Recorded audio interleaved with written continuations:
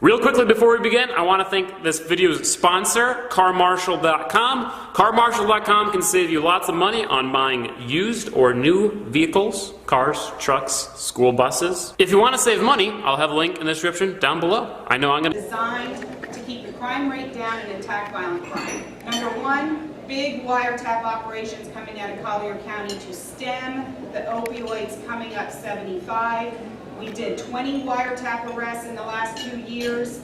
20 people, all of them have been successfully prosecuted, either through trial or plea, and sent to prison, every single one of them for a period of 20 years or longer. So that stopped a lot of the heroin coming up 75.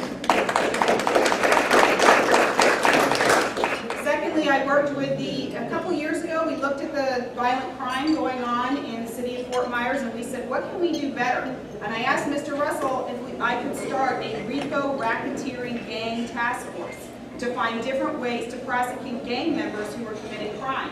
As a result of that, we were proud to arrest last year 24 members of the gang, the Lake Boys, in the city of Fort Myers, whose prosecutions are all still currently pending. And I can tell you that the crime rate and the violent crime rate in the city of Fort Myers has gone down, way down, as a result of that.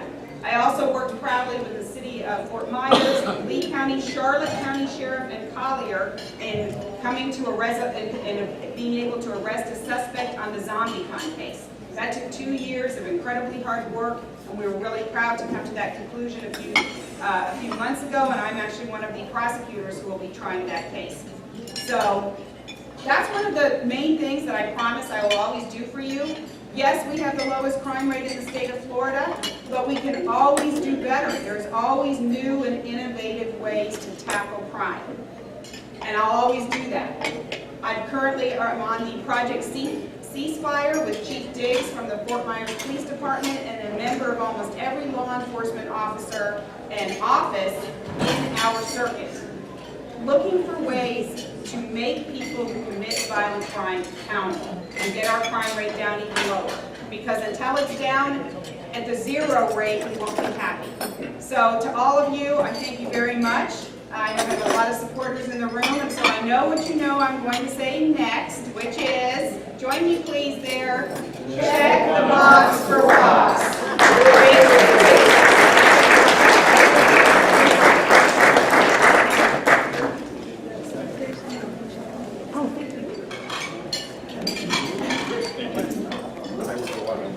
An answer period here. So, questions for either candidate here? No. We'll start over here. There are a few statistics there of 38-35% conviction rate. I guess to both of you, how does that conviction rate compare to the rest of the state? Let me answer. I'm sorry, I was going to ladies first. Yeah, why don't you stand over here first? Thank you. Here?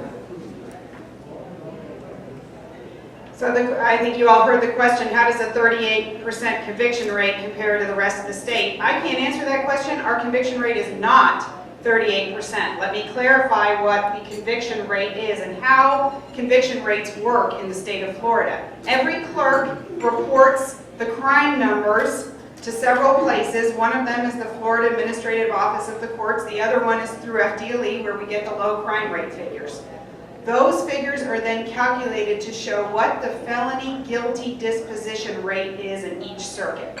Our felony guilty disposition rate in the 20th Judicial Circuit is 88%.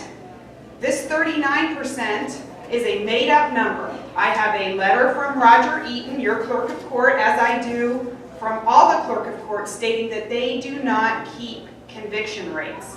That is not what they do. They send the numbers to the Office of the State Court, who crunches the numbers and comes up with the guilty disposition rate, which in felonies in this circuit is 88%. So to take a number and say, oh, the police arrested all these, and then crunch your own numbers, which is what my opponent has done, is a completely false rate. That number does not take into account anyone who was given a withhold of adjudication, which is given many, many times by judges, not prosecutors, to give somebody a second chance and not have a felony conviction. So I guess by that number, he's suggesting that every single person should not even be given the opportunity for withhold, including mental health court, veterans court.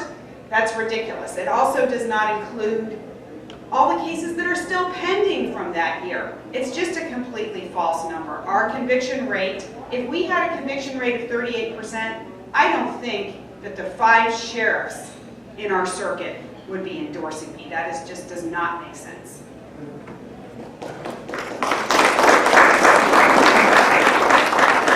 Here you go, sir. Here's a handout of the numbers. Please, keep that. These are lists we got from your clerk of court with the raw numbers. The only thing we did was plug them in over each other and came up with a 38% conviction rate. The stats we got on discs, he gave us every single case on a spreadsheet from 2016. So you have a copy. If anybody else wants a copy, I'll be glad to. The conviction rate is 38, 39%. That's what it is. Is that saying that the police isn't doing the job? I don't know. That's just cases that they're pursued. They're only pursuing 39% of the cases. In addition, for cases pursued, we looked at that. We went to the administrative office of the courts. And this is the 3rd page of your packet, sir. The 20th Circuit has an 86% conviction rate for cases they actually pursue, not the 61% they drop or give withholds or put up. That's number 15 out of 20 in the 20 circuits. That's not good enough. Most circuits on cases they pick and choose have a 90% conviction rate or higher. And that's what we need to be.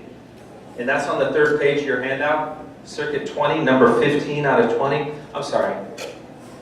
I guess I've worked in the court system too long, but Florida is actually divided up into 20 geographic circuits. And there's one state attorney for every circuit. And we're the 20th circuit, and we're number 15 out of 20 when it comes to cases we actually pursue. It's, what we got from the administrative office of the courts was 86.8%, which, like I said, is 15 out of 20, and that's not good enough. All these statistics we gathered, all these statistics on the handout, we received from your clerk, the administrative office of the court, or the lead clerk. I'm happy to share it with anyone. It's also on my website, Crowley 2018. You can look it up there. All the raw data came from the clerk's office or the administrative office of the courts. Any other questions?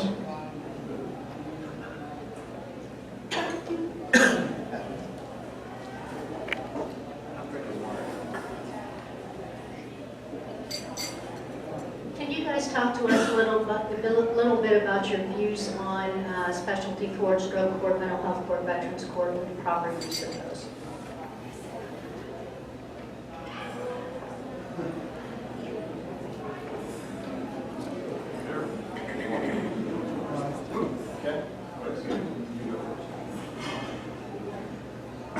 When it comes to first-time nonviolent offenders, probably Ms. Fox and I have a lot of agreement. If somebody's got a first-time nonviolent offense and they've got mental health issues or they're a veteran with PTSD, I have no problem with the mental health courts. What I'm very concerned with is there's a lot of cases that are just dropped. No information, they call it, or no prost. That's where we get the 39% number. My concern while I'm running is because of repeat offenders and violent offenders. And for too often, they're getting a pass with the state attorney's office. I've mentioned some of the cases. We have the numbers, but then we have anecdotal evidence on individual cases. If you're a double rapist, you should not get probation. That's just wrong. That's what happened with the Florida Gulf Coast rapist, Jason Sekulic, who left smiling from the courtroom when he got probation for 2 sexual batteries. Who asked the question? Of the public defender. Nonviolent first-time offenders, I have no problem with the drug courts, the veterans courts. I wish there was a veterans court in Henry County. I wish they'd set up one out there. Alternative sentencing for first-time nonviolent offenders, that's not a problem. What I'm concerned about is the violent offenders. They should be going to prison. They should be going away. And we should not have a 31% conviction rate. So the operation of the criminal justice system is actually incredibly complicated and takes a lot of thought and really hard decisions to get to where you have, again, it's an 88.1% felony disposition rate. I'm not quite sure where those numbers are coming from. I have all the packets from the Florida State Court Administrator. However, it takes a lot of thought to get to, and Kathy's question was, Well, what is your thought on first-time offenders, or what is your thought on drug court? Well, drug court is actually usually not for first-time offenders. Drug court and mental health court are oftentimes for offenders who've been through the system before, been to jail, offended over and over again, maybe even been to prison, and they come out and guess what they do again? They break into your businesses, they break into your homes because they still have the underlying drug addiction problem. And one of the toughest things we do as an office is say, okay, wait a minute, this person needs something more, so they stop victimizing our community. We actually take people who have prior convictions, as long as they're not selling drugs, and we put them into our drug courts and our mental health courts to try to rehabilitate them and hold them accountable, and the recidivism rate goes down when that happens, which keeps you safer. The other thing a prosecutor has to do, Mr. Crowley keeps mentioning all these different cases, we handled 62,000 cases last year, and many of them, and almost all of them successfully. The case he keeps mentioning about the rape at FGCU, he has no idea what went on behind the scenes with our Special Victims Unit prosecutors. There are many, many rape cases where we have a victim who's been so traumatized, and I'm not saying that that was this particular case because I can't tell you all the details like that about somebody because of their right to privacy. But I can't tell you how many times we have someone who's been traumatized who comes into our office with perhaps their counselor and says, this person is going to be destroyed for the rest of their life if they take the stand and get stared down by the person who assaulted them. And sometimes we say, we're going to work something out that we think is the best justice for the victim in the case and for the community to keep them safe. So we balance things like that on a daily basis. The Ryan Modell case that my opponent keeps mentioning, tragic case. A young man died. The young man died because he was trying to break into a former Marine's house at 2:30 in the morning where the Marine and his wife were sleeping. He tried to break into the house. When the Marine answered the door, the young man got his foot into the door and tried to come in. When the former Marine went outside looking for him, there was a confrontation by the young man who died with some fight language used and an independent witness. And our office found that that is a classic case of stand your ground. In the state of Florida, you're allowed to defend yourself if somebody tries to break into your home. You're allowed to use a firearm to defend yourself. And I stand by that decision. That was a stand your ground self-defense case. It did not need to go to a grand jury. And we will always make sure that we uphold the law. When evidence has been obtained illegally, as in the animal farms cases, we can't use it. We're prosecutors. We're sworn and bound to follow the Constitution and the rule of law. So it's very complicated to be a prosecutor. We have to make really, really tough decisions every day. But the reason we have such a low crime rate comparatively is because we make those tough decisions well to protect you and our community and the victims that we serve.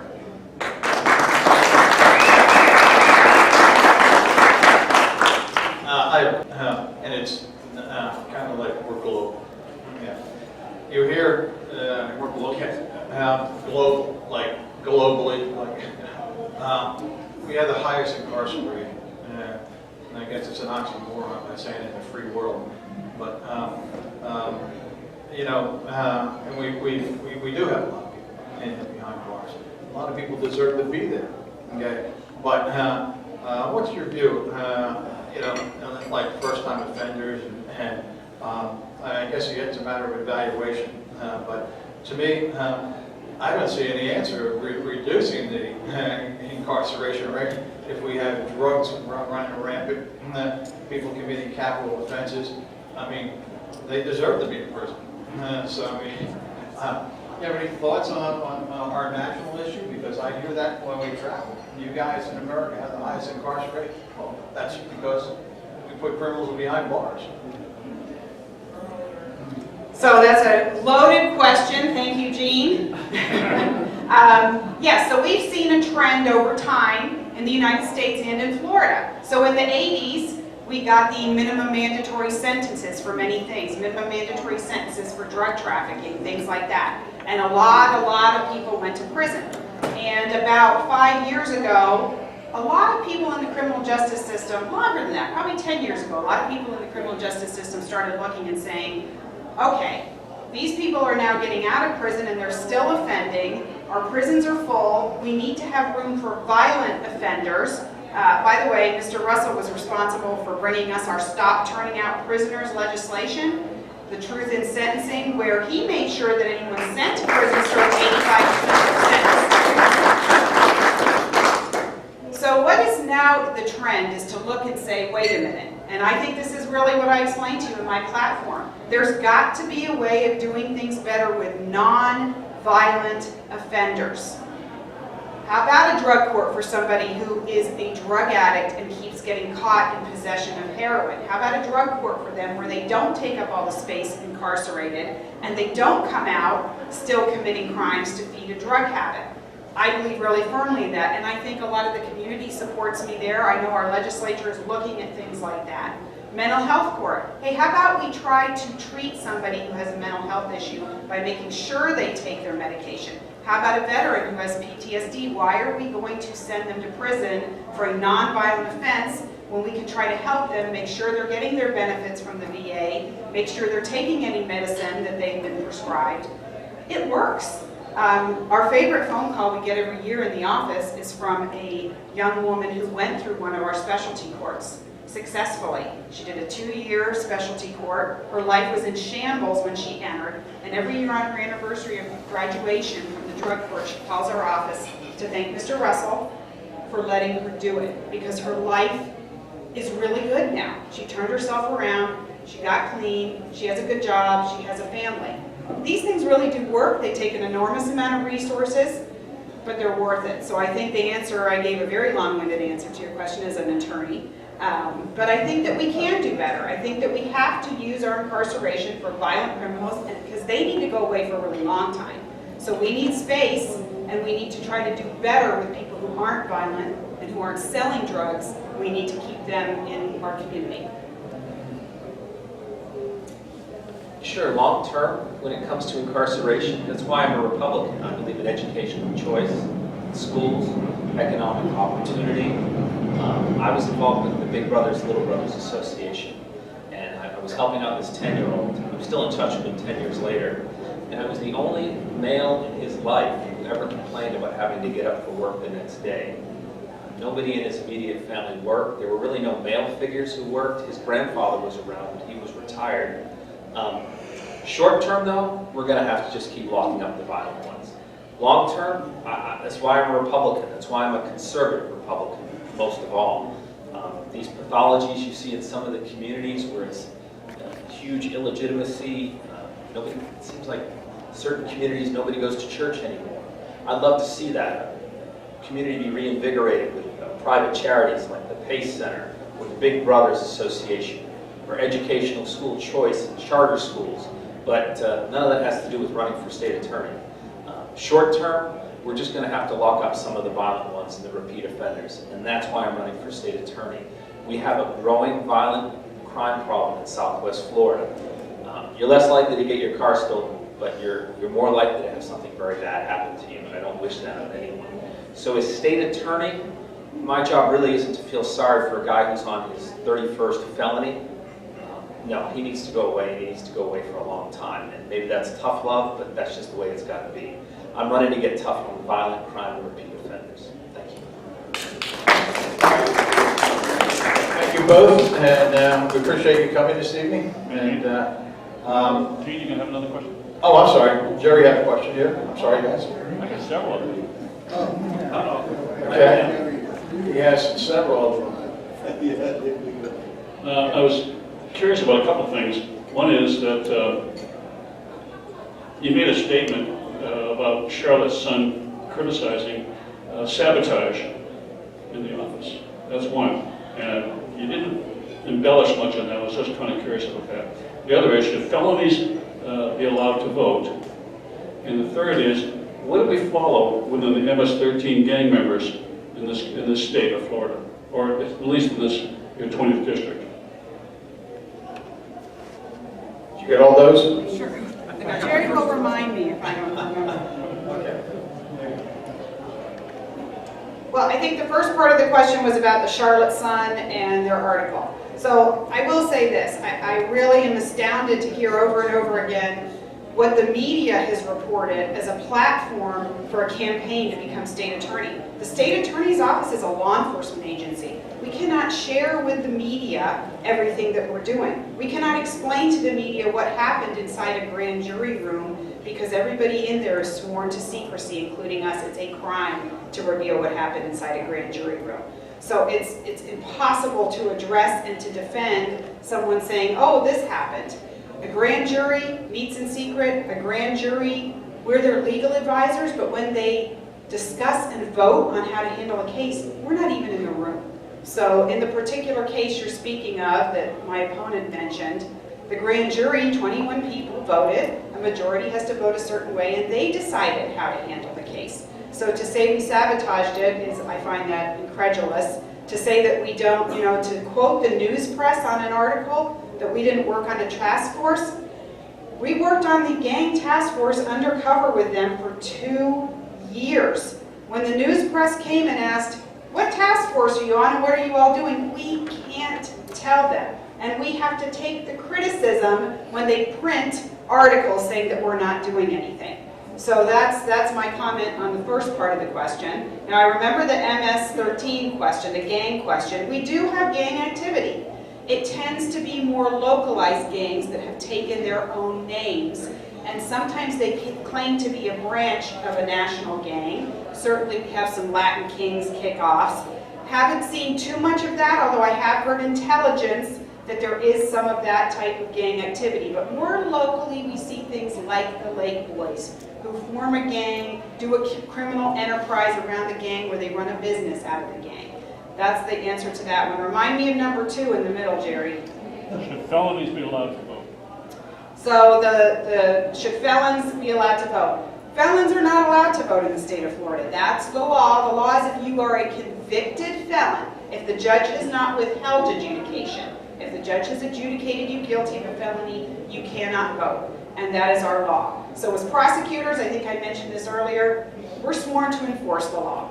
So whether I agree with the law or not, whenever I get a question like that, I say, I have to tell you, we're sworn to enforce the law. So to us, if somebody were to make a complaint that a felon had voted, we would enforce the law and look for a prosecution on that. So that's how I would answer that question. If I could just give you a little history.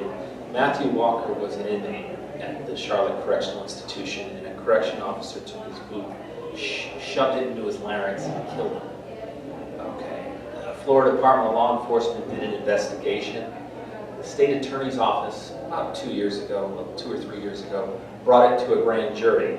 One of the grand jurors came forward and talked to the Charlotte Sun, and she said, we were fully ready to indict the suspect until one of the prosecutors, and Ms. Fox was there, stood up and said, well, if you indict, we probably will lose the trial.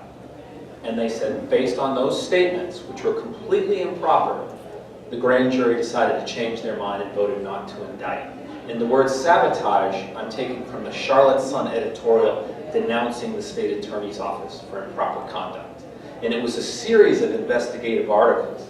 And this is wrong. You present evidence to a grand jury, I've done it in the Army in an Article 32 hearing, and you let them decide. You don't go up to them and say, well, if you indict, we're probably going to lose the trial. That's completely improper, and that's exactly what happened. And then Mr. Russell threatened to prosecute, I believe she was an 86-year-old woman, for violating the secrecy of the grand jury. They never did, but the facts got out, and the facts showed that there was sabotage, quoting the Charlotte Sun editorial of the grand jury process. Now, it's been a while since I gave 2 more questions. I don't think felons should vote, but there is a clemency process that they can apply to get their civil rights restored. So they can just go through that process. But no, I don't think felons should vote. If you really want to vote, I've actually met a guy in court. He actually spent the 2 years and got his civil rights restored, and he could vote again. It's done for low-level felonies. Generally, if you're doing 20 years in prison, you're not going to get your civil rights restored. And there was a third question as well. I asked about, we have a problem down here in Florida with MS-13 gang members. We do. We have a problem with gang members, and particularly the case I mentioned was Jose Escamilla. Jose Escamilla was a gang member out in Blades County who had been convicted of burglary, and he was not a U.S. citizen, and they were going to deport him. But then his attorney approached the state attorney's office and said, oh, he's got a wife and child, and if you don't resentence him to a misdemeanor, he'll get deported. And then the state attorney's office, and I was involved in these discussions, over my objections, decided to resentence him to a misdemeanor so he'd escape deportation. If I'm state attorney and you're here as a guest in this country and you commit a felony, I'm not going to give you a break. I'm going to cooperate with ICE and federal law enforcement and not undermine them like the state attorney's office has. We've got to stop this nonsense. And when it comes to gang members, whether they're here or they're illegal aliens, sorry, you get the fullest prosecution to the law. Thank you. Okay, thank you both, Amira and Chris. Thank you very much for coming tonight. And Kathleen Smith. She certainly doesn't have an opponent, so she's just going to tell us what she stands for.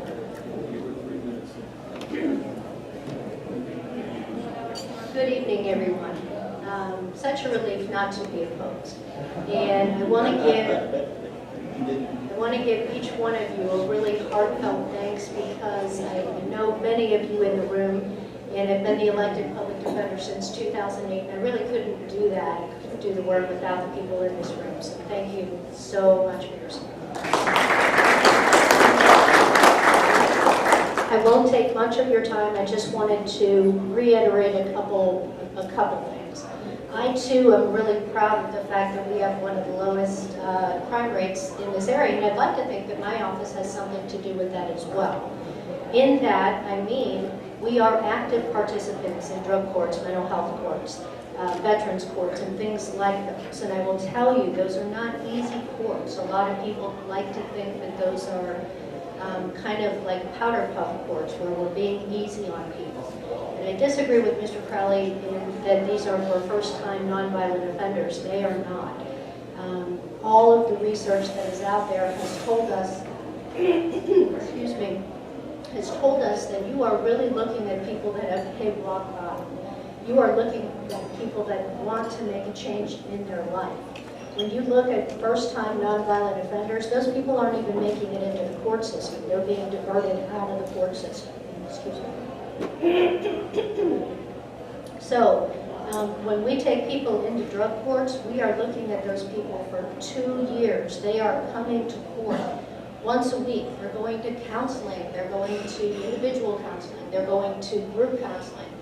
They are being drug tested randomly. Of course, we're not going to tell drug addicts when we want to test them, or else they might be tempted to try to alter those results. We are making those people actually have jobs. Drug addicts that have been drug addicts for 10, 15 years, those people have not had the ability to hold a job because they're a drug addict. If they do not have a job 40 hours a week, we are making sure that they are getting an education. If they do not go to school, here's what we're doing. We're making them go to community service 40 hours a week.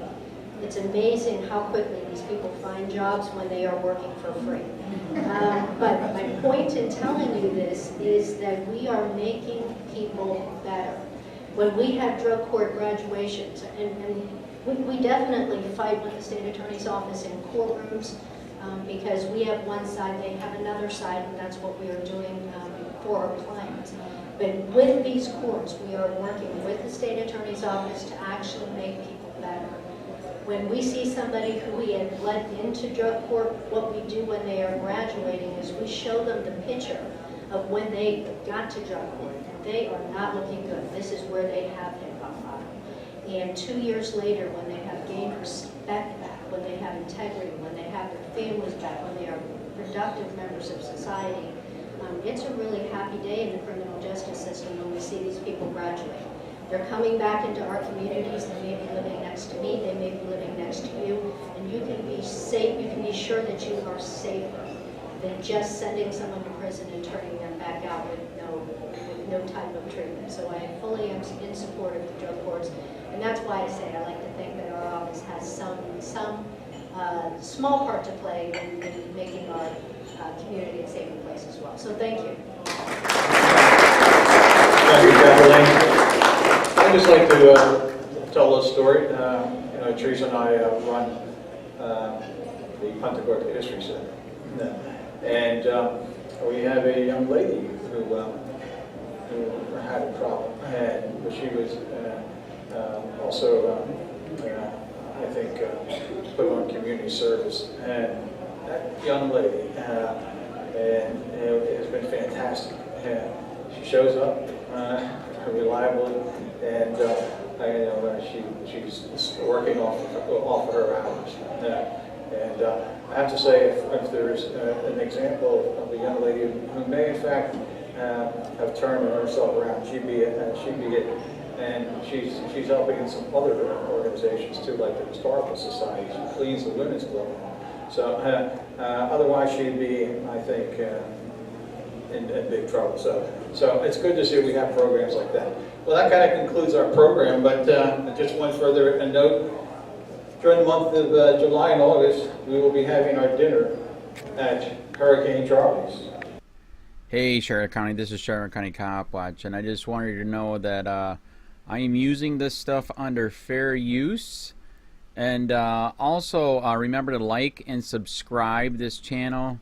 Also too, keep in mind I do not make any money on YouTube.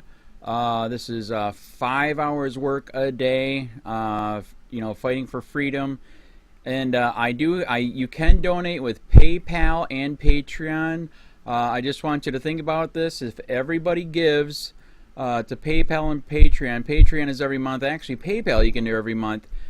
I have 12,000 subscribers. If everybody gives, I can quit my regular job and go full-time investigations on Charlotte County and possibly even more and beyond. So just keep that in mind. If everybody helps out, I can go full-time doing this. Thanks.